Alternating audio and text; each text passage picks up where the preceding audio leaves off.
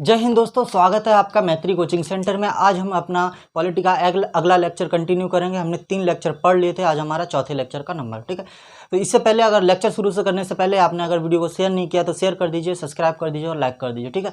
अब क्या है ना, आप अगर लाइक करते हैं, शेयर करते हैं तो इससे हमारा मोटिवेशन मिलता है और हमको अपनी चीज़ों को और बेहतर बनाने का मौका मिल जाता है, ठीक है। तो आप इसको शेयर जरूर कर दीजिएगा। आज हम पढ़ेंगे 1833 का चार्टर एक्ट। 1813 तक हमने कंप्लीट कर लिया था, ठीक है। तो 1833 का चार्टर एक्ट पढ़ेंगे। इससे पहले आपने देखा होगा 1773 का जो चार्टर एक्ट पढ़ा था, उसमें हमने देखा था केंद्रीय सत्ता का आरंभ वहाँ से स्टार्ट हो जाता है, केंद्रीय सत्ता का प्रारंभ हो जाता है, ठीक है। तो नींव रख जाती है। तो क्या होता है केंद्रीय सत्ता, ये सबसे तो केंद्रीकरण के लिए ये 1833 का चार्टर एक्ट सबसे महत्वपूर्ण होता है, एक निर्णायक कदम होता है केंद्रीय सत्ता के लिए, ठीक है। तो सबसे पहले इसमें सबसे पहला पॉइंट लिख लेंगे। इसमें क्या होता है, केंद्रीकरण को बल दिया जाता है। केंद्रीकरण को बल या केंद्रीकरण, डायरेक्ट केंद्रीकरण लिख लो, इसको समझ लेना। तो केंद्रीकरण का मतलब होता है पूरे राज्य की, पूरे देश की सारी समस्त शक्तियाँ किसी एक व्यक्ति के हाथ में दे दी जाए, किसी एक व्यक्ति को सौंप दी जाए, ठीक है। उसका पूरा प्रतिनिधित्व तो सिर्फ एक व्यक्ति के पास हो, उसको बोलते हैं केंद्रीकरण, ठीक है। प्रेजेंट टाइम पे हमारे इंडिया में विकेंद्रीकरण है, ठीक है। राज्यों के पास अपनी अलग शक्तियां हैं, केंद्र के पास अपनी अलग शक्तियां हैं। तो इसमें केंद्रीकरण में क्या होता है, सारी समस्त शक्तियों को किसी एक व्यक्ति के पास स्थानांतरित कर दिया जाता है, ठीक है। तो उसी को बोलते हैं हम केंद्रीकरण। तो केंद्रीकरण, इससे पहले 1773 का मैंने जो पढ़ाया था, उसमें देखो मैंने बोला था आपको एक उच्चतम न्यायालय 1774 में उच्चतम न्यायालय की स्थापना की जाती है कलकत्ता में। तो उच्चतम न्यायालय का मतलब सुप्रीम कोर्ट होता है। मैंने वहाँ पे हाई कोर्ट लिख लिया था, आप करेक्ट कर लेना, ठीक है।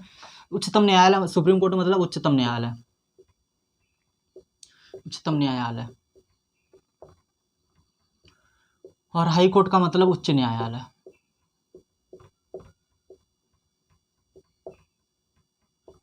तो इस चीज को आप करेक्ट कर लेना एक बार, ठीक है। तो सबसे पहला इसमें पॉइंट क्या होता है, केंद्रीकरण हो जाता है, सत्ता का निर्णायक कदम होता है केंद्रीकरण के लिए, ठीक है। दूसरा इसमें पॉइंट क्या किया जाता है, बंगाल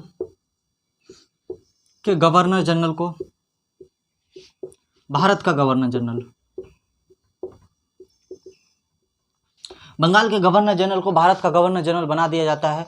और इसके भारत का जो गवर्नर जनरल बनता है, इसके पास सैन्य व नागरिक शक्तियां होती हैं, नागरिक व सैन्य शक्ति इसी में निहित कर दी जाती हैं। नागरिक व सैन्य शक्तियां भारत के गवर्नर जनरल में निहित कर दी जाती हैं। आपने देखा होगा सबसे पहले बंगाल का गवर्नर था रॉबर्ट क्लाइव, ठीक है। इसके बाद हमारा बंगाल का गवर्नर जनरल बनता है, उसका नाम होता है ये हमारा वारेन हेस्टिंग, ठीक है। इसके बाद 3rd नंबर पे आता है भारत का गवर्नर जनरल। मैंने एक ट्रिक के थ्रू याद भी कराया, तो आप उससे वहाँ से याद भी कर सकते हो। तो इसका नाम होता है विलियम बेंटिक, विलियम बेंटिक, ठीक है। तो 1833 का जो सेकंड पॉइंट होता है, बंगाल के गवर्नर जनरल को भारत का गवर्नर जनरल बना दिया जाता है। इसके अलावा जो 3rd पॉइंट आता है, 3rd पॉइंट में जो ईस्ट इंडिया कंपनी हमारी होती है, वो एक व्यापारिक निकाय होता है, मतलब व्यापारिक सिस्टम होता है, ठीक है। व्यापारिक निकाय को कन्वर्ट करके हमारा प्रशासनिक निकाय में परिवर्तित कर दिया जाता है, ठीक है। तो इसमें 3rd पॉइंट आप लिख लेते हैं, ईस्ट इंडिया कंपनी को व्यापारिक निकाय से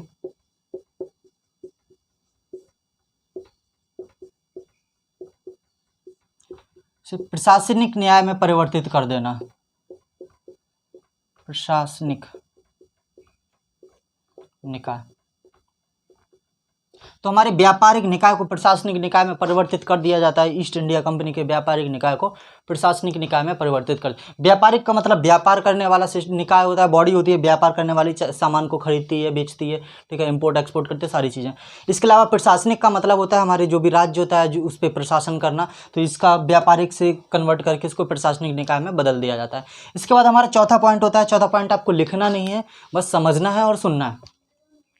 जो 1833 का अधिनियम होता है, तो इसमें क्या किया जाता है, सिविल सेवाओं के चयन के लिए प्रतियोगी परीक्षा का व्यवस्था करने की बात कही जाती है, ठीक है। प्रतियोगी परीक्षाएं होती हैं, उनके जो सिविल सेवाएं होती हैं, उनके लिए प्रतियोगी परीक्षा की व्यवस्था करने की कोशिश करी जाती है। बट बोर्ड ऑफ डायरेक्टर ने इसको रद्द कर दिया जाता है, निरस्त कर देते हैं, ठीक है। बोर्ड ऑफ डायरेक्टर के निरस्त करने की वजह से इसको इसमें जगह नहीं मिलती है इस अधिनियम में। तो ये अधिनियम हमारा यहीं तक है, इसको जल्दी से नोट कर लिए, फिर हम आगे बढ़ते हैं। 1853 का अधिनियम। चलिए हम अगला पॉइंट लिखते हैं, अगला चार्टर एक्ट। जो अगला हमारा चार्टर एक्ट आता है,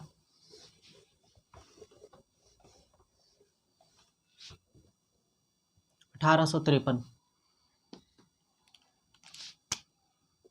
1853 का चार्टर एक्ट। अभी तक 1773 से अभी तक जितने भी चार्टर एक्ट आए उनमें से ये आखिरी चार्टर एक्ट होता है, ठीक है। तो इसको लिख लो अंतिम चार्टर एक्ट।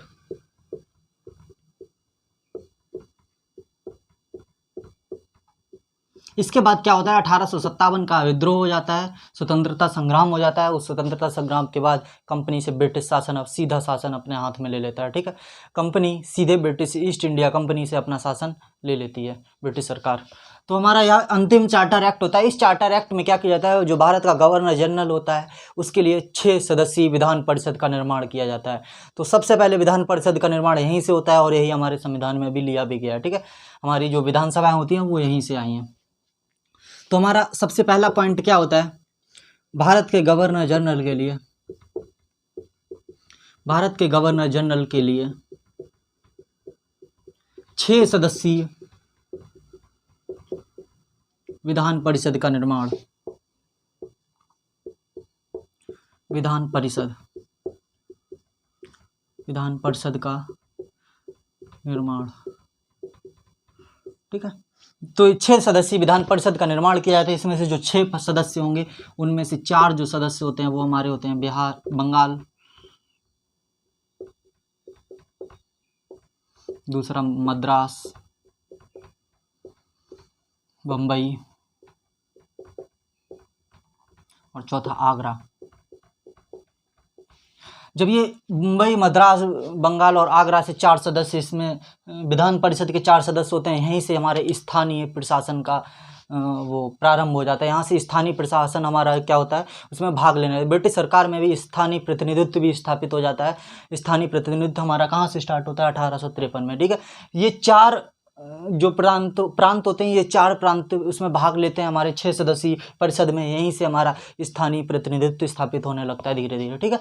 तो हमारा 1853 में क्या होता है, 6 सदस्यीय एक विधान परिषद का निर्माण किया जाता है। इनमें से 4 सदस्य हमारे बंगाल, मद्रास, मुंबई और आगरा से होते हैं।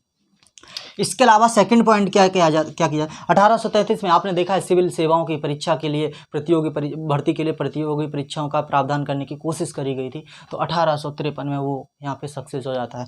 तो भारत में सिविल सेवाओं के प्रतियोगी चयन के लिए, सिविल सेवाओं के चयन के लिए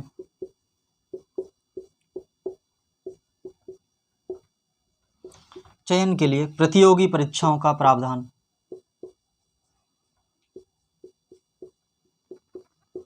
प्रतियोगी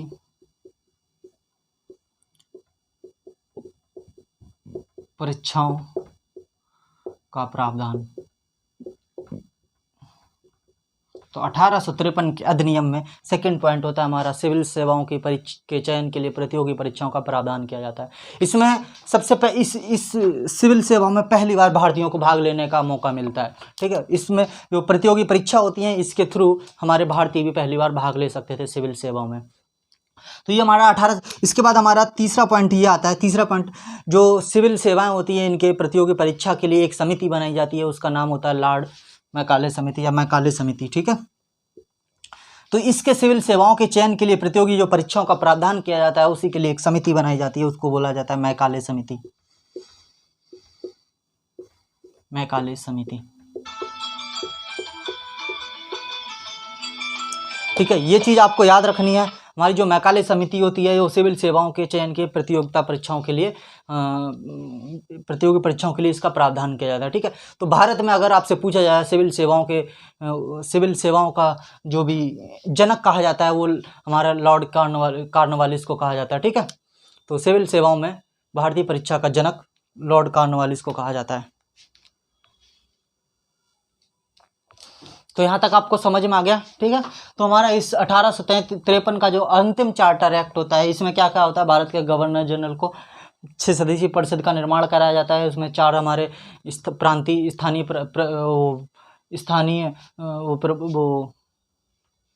प्रतिनिधित्व का स्थापित होता है, स्थानीय प्रतिनिधित्व यहाँ पे स्थापित हो जाता है। यहाँ पे सिविल सेवाओं के चयन के लिए प्रतियोगी परीक्षाओं का प्रावधान किया जाता है और मैकाले समिति का गठन किया जाता है। जो मैकाले समिति होती है ये हमारे सिविल सेवाओं के जो भी प्रतियोगी परीक्षाएं होती हैं उनके बारे में निर्णय लेता है। ठीक है, तो भारत में अगर आपसे पूछा जाए कि हमारे सिविल सेवाओं के लिए राष्ट्रीय सिविल सेवाओं का जनक किसे कहा जाता है, तो हमारा लॉर्ड कॉर्नवालिस हो जाएगा। ठीक है, तो ये चीज़ आप इसको नोट कर लीजिए, 1853 का अधिनियम। इसके बाद हम आगे बढ़ते हैं। हमारा यहाँ तक हो गया। इसके बाद अब हमारा क्या होता है, 1857 में हमारा एक स्वतंत्रता संग्राम होता है, एक क्रांति होती है। इस क्रांति के बाद ब्रिटिश संसद में एक निर्णय लिया जाता है। उस निर्णय में क्या किया जाता है, कंपनी के अधिकार को एकदम समाप्त कर दिया जाता है और भारत में कंपनी का अधिकार होता है वहाँ पे ब्रिटेन अपने क्राउन का अधिकार कर लेता है। ठीक है, तो यहाँ पे अब हम डाल लेंगे ताज का अधिकार, ताज का शासन। कब से कब तक चला था, 1858 से 1947 तक। जो हमारा ताज का शासन होता है वो 1858 से 1947 तक हमारा ताज का शासन होता है। इसमें सबसे पहले आता है 1858 का भारत शासन अधिनियम। 1858 का भारत शासन अधिनियम। आज अब हम इस अधिनियम को पढ़ेंगे। ठीक है, इनको डाल लेता हूँ थोड़ा।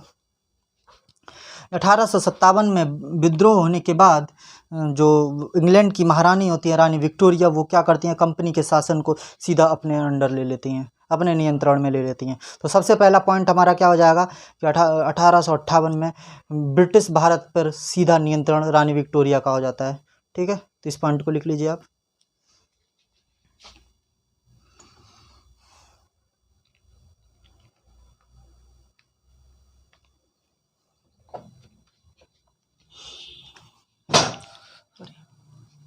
क्या होता है, सबसे पहला पॉइंट,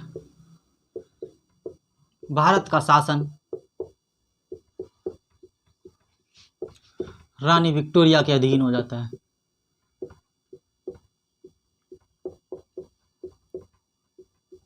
रानी विक्टोरिया के अधीन जो भारत का शासन है रानी विक्टोरिया के अधीन हो जाता है सीधा। ठीक है, और दूसरा पॉइंट यहाँ पे क्या किया जाता है, भारत के गवर्नर जनरल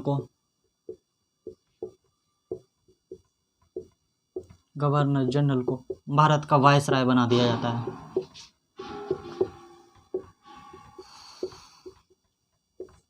भारत के गवर्नर जनरल को भारत का वायसराय बना दिया जाता है, जो कि सीधा ब्रिटिश शासन का प्रतिनिधित्व करेगा। ठीक है, उनका प्रतिनिधि होता है। क्या होता है, ये ब्रिटिश सरकार का प्रतिनिधि, ब्रिटिश सरकार का प्रतिनिधि होता है।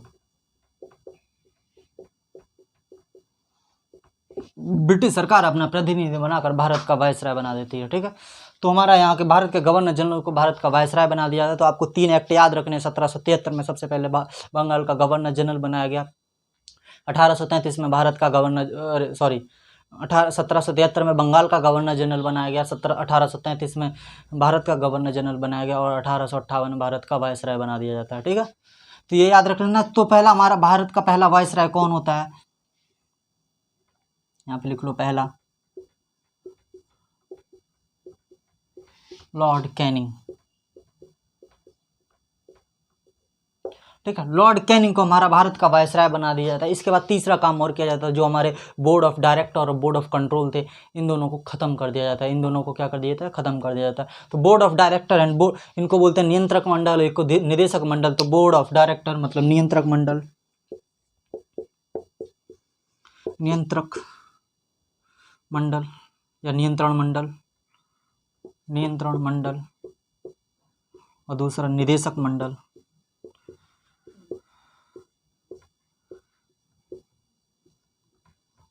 समाप्त कर दिया जाता है।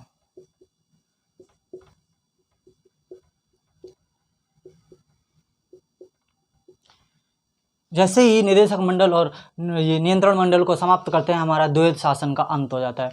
तो आपसे पूछा जाए अगर कौन से भारत शासन अधिनियम से भारत में द्वैध शासन का अंत हुआ, तो 1858 के भारत शासन अधिनियम में हमारा द्वैध शासन का क्या हो जाता है, अंत हो जाता है। क्यों हो जाता है? तो नियंत्रण मंडल और निदेशक मंडल को समाप्त कर दिया जाता है। ठीक है, तो इस चीज़ों को नोट कर लीजिए। एक थर्ड पॉइंटर होता है जो भारत में ब्रिटेन की तरफ से एक भारतीय राज्य सचिव बना के भेजा जाता है। जो राज्य सचिव होता है, इसको बोलते हैं स्टेट कैबिनेट। जो कैबिनेट होता है वो ब्रिटिश संसद का एक मेंबर होता है, जिसकी सहायता के लिए 15 सदस्यीय एक समिति का गठन किया जाता है। तो इसको नोट कर लीजिए जल्दी से, फिर हम आगे बढ़ते हैं नेक्स्ट पे।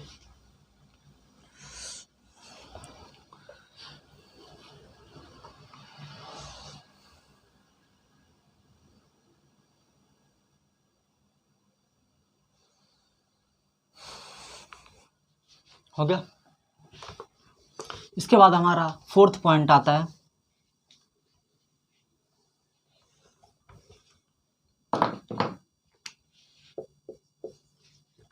नए पद का सृजन किया जाता है।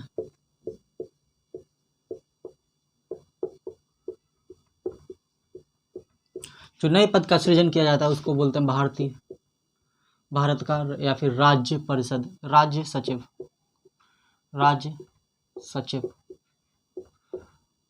जो राज्य सचिव होता है ये हमारा क्या होता है, ब्रिटेन की संसद का एक व्यक्ति होता है। ब्रिटेन के कैबिनेट का एक व्यक्ति, ब्रिटेन के कैबिनेट का व्यक्ति जो भारत का सचिव बनाया जाता है, उसे ब्रिटेन के कैबिनेट का एक व्यक्ति होता है। इसके पास प्रशासन का नियंत्रण होता है, संपूर्ण प्रशासन का नियंत्रण, संपूर्ण प्रशासन का नियंत्रण। इसके पास ही संपूर्ण प्रशासन का नियंत्रण होता है और इसकी सहायता के लिए 15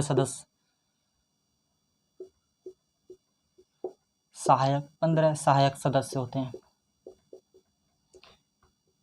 इसकी सहायता के लिए 15 सदस्यों को नियुक्ति किया जाता है, जो कि 15 सहायक सदस्य होते हैं। तो 1858 का हमारा जो भारत शासन अधिनियम है वो स्टार्ट हो जाता है। 1858 में सबसे पहला पॉइंट क्या होता है, भारत का जो शासन ईस्ट इंडिया कंपनी का जो शासन होता है वो डायरेक्ट ब्रिटेन की रानी के अधीन हो जाता है, रानी विक्टोरिया के अधीन हो जाता है। ठीक है। दूसरा पॉइंट क्या होता है, भारत के गवर्नर जनरल को भारत का वायसराय बना दिया जाता है और उसके पास प्रशासनिक शक्तियाँ भी होती हैं। और वो सबसे पहला जो हमारा वायसराय होता है उसका नाम होता है लॉर्ड कैनिंग। तीसरा पॉइंट क्या होता है, निदेशक मंडल और नियंत्रण मंडल होता है, निदेशक मंडल और नियंत्रण मंडल इन दोनों को समाप्त कर दिया जाता है और द्वैध शासन का अंत हो जाता है। फोर्थ पॉइंट क्या होता है, हमारे राज्य सचिव का एक नए पद का सृजन किया जाता है जिसका नाम होता है राज्य सचिव, जो कि ब्रिटेन में उसकी कैबिनेट होती है, उसका एक व्यक्ति होता है और उसके पास संपूर्ण प्रशासन का नियंत्रण होता है और जो इसकी सहायता के लिए 15 सदस्यीय एक समिति का गठन किया जाता है। ठीक है। तो 1858 का ये अधिनियम आप नोट कर लीजिए जल्दी। इसके बाद हमारा आता है 1861 का अधिनियम।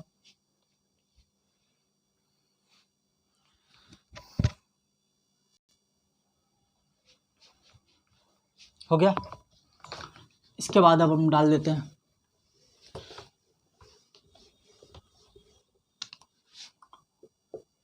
1861 का भारत परिषद अधिनियम।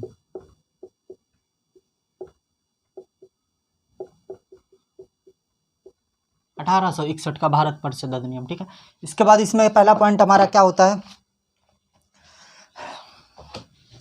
सबसे पहले इसमें जो 1861 का जो हमारा अधिनियम आता है, इसमें क्या किया जाता है, जो भी कानून बनाने की पद्धति होती है, कानून बनाने की व्यवस्था होती है, उसमें भारतीय प्रतिनिधियों की को भी शामिल किया जाता है। ठीक है। तो इसमें पहला पॉइंट क्या लिखेंगे, कानून बनाने की विधि पद्धति में या कानून बनाने की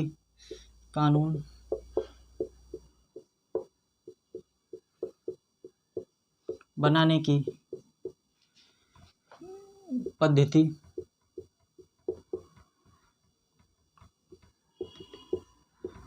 में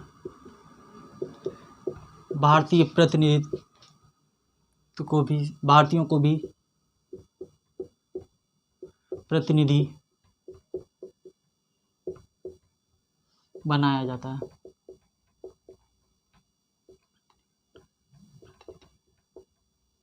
ठीक है। इसमें 3 भारतीय शामिल हो, भारतीयों का प्रतिनिधित्व भी होता है, इसमें 3 भारतीय शामिल होते हैं। ठीक है, तो 3 भारतीयों का प्रतिनिधित्व भी इसमें शामिल किया जाता है। कानून बनाने वाली पद्धति में जो कानून बनाने वाली संस्था होती है उसमें 3 भारतीयों को भी शामिल किया जाता है। सबसे पहला पॉइंट हमारा ये होता है। दूसरा पॉइंट जो इसके दूसरे पॉइंट में क्या होता है, जो वायसराय हमारा होता है, वायसराय को अध्यादेश जारी करने का पावर शक्ति मिल जाती है। अध्यादेश का मतलब समझते हो, जब जैसे मान लो कोई भी संसद है, संसद के 2 सत्र होते हैं, एक 2 मंडल होते हैं, एक जैसे एक विधानसभा, लोकसभा होगी, दूसरा हमारा राज्यसभा होगी। ठीक है, दोनों सत्र, दोनों को मिलकर एक सत्र बनाया, एक बैठक होती है। उस बैठक में किसी भी अगर नियम को बनाया जाता है, किसी भी अगर रूल को भारत में बनाया जाता है, तो क्या करते हैं, पहले लोकसभा या फिर राज्यसभा में से दोनों सदनों में पास कराया जाता है। पहले किसी में भी हो सकता है, लोकसभा या राज्यसभा, दोनों में से, और दोनों सदनों में पास कराया जाता है। अगर दोनों सदनों में पास हो जाता है, उसके बाद राष्ट्रपति क्या करता है, उस पर साइन करता है, तब वो कोई नियम कानून बनता है। अगर कोई भी ऐसी प्रॉब्लम हो जाती है जिससे उनका सत्र बुलाना मुश्किल होता है, यानी कि असंभव होता है, सत्र नहीं बुलाया जा सकता है, तो राष्ट्रपति के पास एक पावर होती है, वो क्या करता है, अध्यादेश जारी कर देता है। अध्यादेश का मतलब होता है वो अपनी तरफ से कोई नियम बना देगा और उस नियम की वैधता जो होगी वो 6 माह होगी। 6 माह तक वो नियम वैधित माना जाएगा। 6 माह के अंदर सत्र को बिठा करके उस नियम को पास कराना पड़ेगा। अगर वो नियम पास हो जाता है तो कंटिन्यू हो जाएगा, और पास नहीं होता है तो वहीं पे उस नियम को समाप्त कर दिया जाएगा, और जिस दिन से लागू हुआ था और जिस दिन समाप्त हुआ था उस दिन के बीच किए गए कार्य को वैध माना जाएगा, उसको हम अवैध नहीं मान सकते। तो ये हमारा अधिनियम होता है। तो इसमें वायसराय को शक्ति देगी कि वो अध्यादेश जारी कर सकता है। ठीक है, तो वायसराय के पास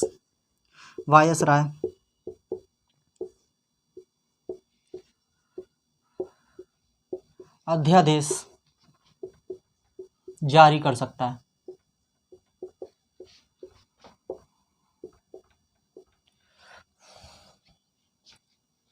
अधिकतम 6 माह।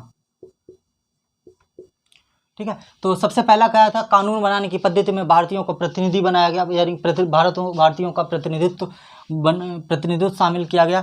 भारत को प्रतिनिधि एक टर्म यहाँ पे एकदम सही नहीं होगा, तो भारत को प्रतिनिधित्व मिला, ये कर देंगे, भारत को प्रतिनिधित्व मिला।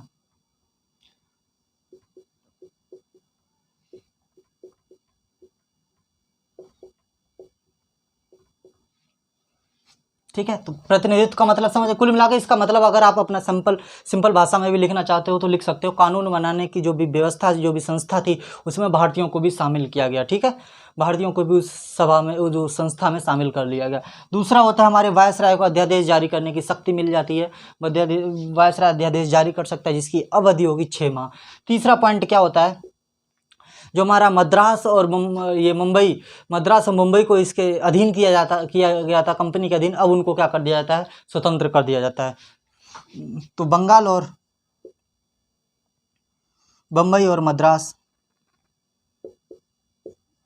बम्बई व मद्रास को उनकी प्रशासनिक शक्तियां वापस कर दी जाती हैं। प्रशासनिक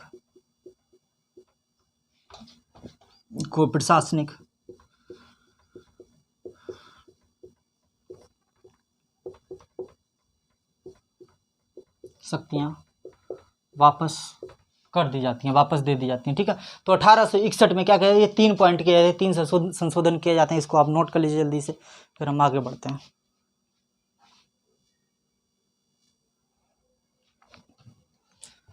1861 के बाद अब हमारा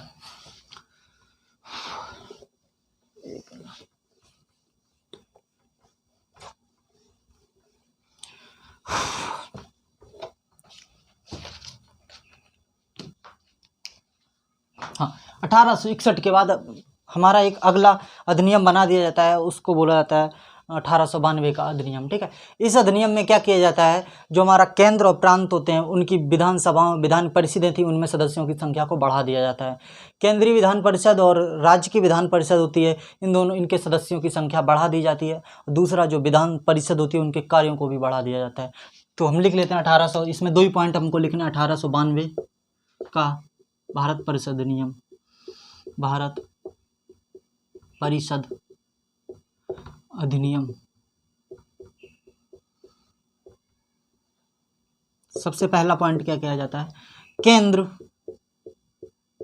व राज्य की विधान परिषद में सदस्यों की संख्या को बढ़ा दिया जाता है। सदस्यों की संख्या बढ़ा दी जाती है।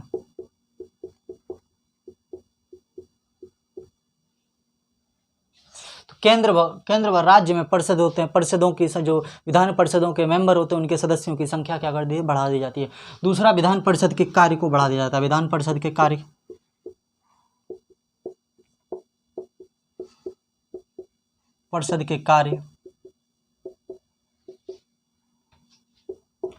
बढ़ा दिए जाते हैं। बढ़ा दिए, कौन कौन से कार्य बढ़ा दिए? सबसे पहला, बजट सत्र। अब देखो, आप बजट का भी आपको टर्म यहीं से मिल गया। अब हमारे संविधान में बजट है ना, तो बजट भी यहीं से मिल गया। बजट सत्र, बजट पर बहस,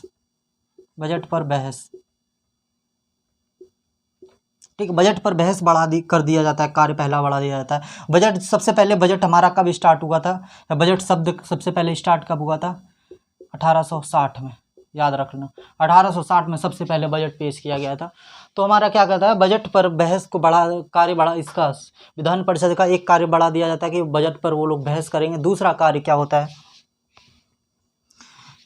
जो कार्यपालिका के प्रश्नों का उत्तर उनको देना पड़ता है। कार्यपालिका के प्रश्नों का उत्तर, कार्यपालिका के प्रश्नों का उत्तर। तो कार्यपालिका के प्रश्नों का उत्तर देना, इसका कार्य बढ़ा दिया गया। तो विधान परिषद के दो कार्य बढ़ा दिए जाते हैं, एक बजट पर बहस करना, दूसरा कार्यपालिका के प्रश्नों का उत्तर। तो ये 1892 का अधिनियम ये था हमारा। अब कल हम स्टार्ट करेंगे 1909 का। अगर देखो, कल के लेक्चर में हमारा पूरा ये ऐतिहासिक पृष्ठभूमि खत्म भी हो जानी चाहिए। कल के लेक्चर में हम पढ़ेंगे 1909 का अधिनियम। माले मिंटो सुधार आता है हमारा 1919 का अधिनियम, ठीक है। साइमन कमीशन गोबैक होता है, उसका नारा जो क्यों दिया जाता है उसके बारे में थोड़ा सा पढ़ेंगे। इसके बाद हमारा 1935 का अधिनियम हो जाता है, और 1947 हो सकता है 1947 का अधिनियम थोड़ा बाद में पढ़ें, जब हमारा संविधान सभा का निर्माण हो जाएगा तब 1947 का अधिनियम पढ़। अगर टाइम बचा तो पढ़ा देंगे, नहीं टाइम बचा तो हम बाद में पढ़ाएंगे, ठीक है। अगर आपको जो वीडियो है आपको पसंद आता है, आपको अच्छा लगता है, तो आप चैनल को लाइक कर दीजिए, शेयर कर दीजिए और सब्सक्राइब कर दीजिए, ठीक है। मिलते हैं अगली क्लास में। जय हिंद दोस्तों।